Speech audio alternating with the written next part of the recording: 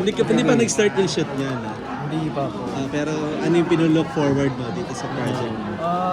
Siyempre nilook forward ko po yung yung mga pag-taping na ako kasi matagal pa yung appearance ni Alice. Nilook forward ko makatrabaho ko si Darcia kasi from Jada and Dylan, sobrang cool ni Direk. Hayaan ko na sa craft mo, sa pagiging artist mo. Pero, i-guide ka na sa sarili mong talent. So, yun yung pinaka-na-excited. Gusto ko maka-work. Experience. Is this your pang-ilang project sa Viva? Marami na ba? Parang Pero sa Viva 1? Sa Vivo 1, Mutya. Mutya. Mutya ang una. And then, ito yung second ko, yung Loki. The rest po from sa movies na yan. Maraming mga sumikat after ng Mutya. Ito rin yata isang big break mo di ba? Well, Sa career mo. yes, ito po yung pinakamalaking role na sa career ko. Siyempre, look forward pa ako sa bigger roles. Susunod ikaw na yung title role. Sana, hopefully, soon. Pero, sobrang excited din po ako dito sa project mo. Ang ganda ng story. Character art ni, story art ni Alice. Balita ko kasi gusto ng mga players, ng mga fans. So, not giving too much of your character, ano lang yung abangan sa'yo dito? Ano lang yung parang character mo na pwede mong i-share? Not giving too much. Kasi, di naman complex yung character. Ano siya?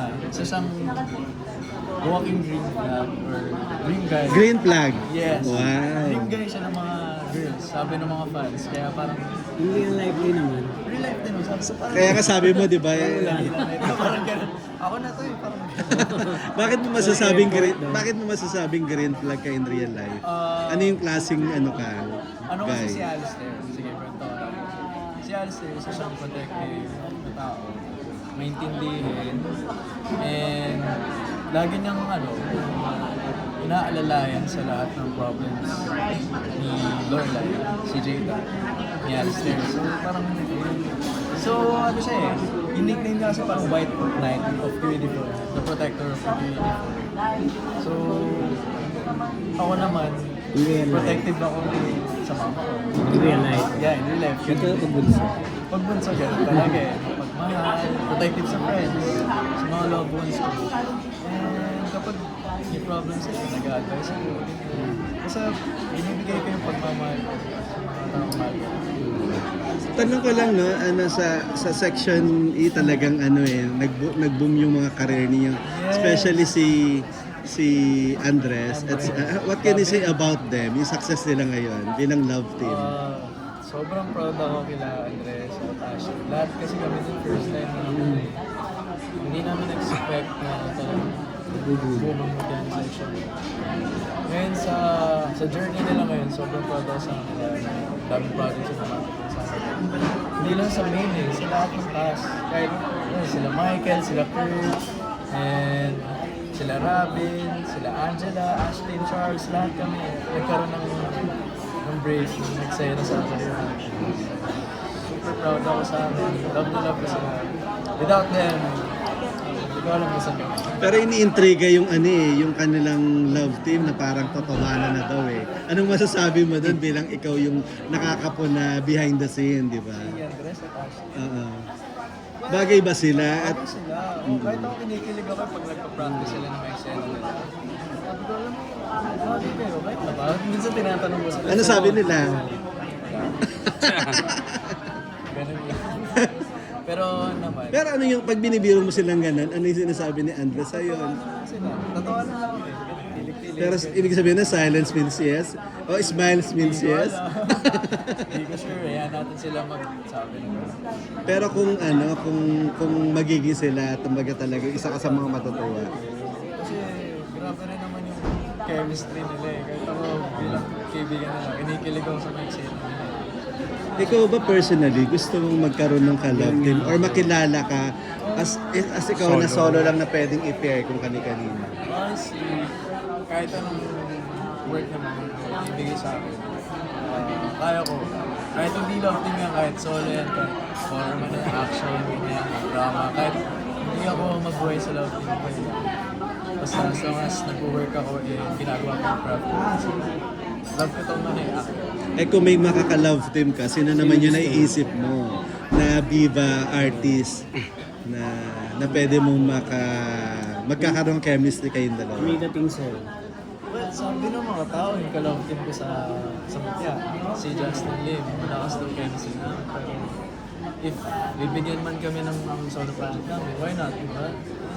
Ako naman din naman pupili kung sinong partner na ibigay sa akin. Basta work, magkaroon ng project talaga. Yun ang nilulog forward. Sa mga ano naman, Viva artist na sikat na ngayon, sino yung mga gusto mo makasama pa? If given a chance. Siyempre, labas na sila Andres dito. Oo, yung Trabaho mo na eh. oo, nakatrabaho mo na, hindi mo nakakatrabaho. Yung mga Siyempre, nakatrabaho ko na si Andres. Gusto ko makatrabaho dati. Si Tito Aga. So, nung napanood ko yung movie niya, yung with Nadine. Ay, Uninvited.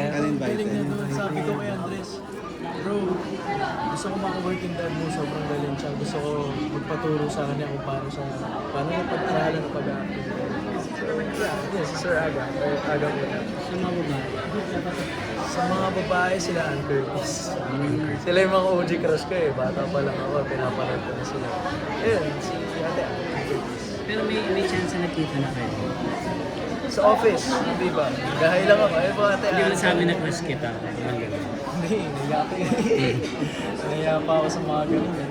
So, walang chance. So, pag naka-work mo na, trust ko po kayo. May Actually, kahit Tapos may love scene. Attack. okay lang naman. Work naman eh, okay lang naman. Part ng trabaho, di ba?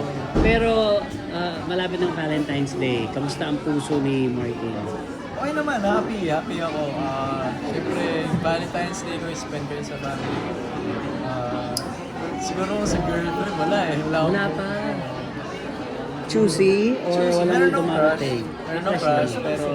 Sa showbiz. Ha? Sa showbiz. Secret. Secret ka na eh. Pero alam niya.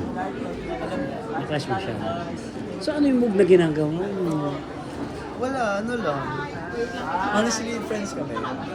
Pero, ang usapan naman namin, career muna, kasi love andyan lang naman eh. Kaso may usapan na kayo. Hindi naman usapan ganun. Hintay tayo ha. tayo talaga. Pero for now, work muna. Sayang kasi yung ganda ng karir. Doon na tayo sa age na kailangan natin. Maayos talaga sa Pero ikaw ba yung tipo ng pag may crush ka, sinasabi mo sa family mo, especially sa mommy? Ganyan. Lalo na si mama. Ang sabi ni mama, oo nga, love na love ka na. Ang sabi ni mami, Sino ba yan? Hindi na ginaganon ako pag chat ako. binata ka anak. Pero syempre, nandun pa rin yung mga advices na career muna ha, dreams mo muna. Kasi naman dyan. Yun lang din naman yung mindset ko kung ano yung tinutulog ng artist. Eh mamaya dumating yung time na magkaroon na yung crush mo. Okay lang. Okay lang So hindi pa ganun kalalim. Pwede pang ibigay sa iba, parang ganun. Tsaka ko Pero hindi naman natin masasabi kung sino talaga yun. Para sa'yo. Saka sayang ka rin. Sayang na career. Yun. Career mo na. Universe love. Congratulations. Congrats, Mark.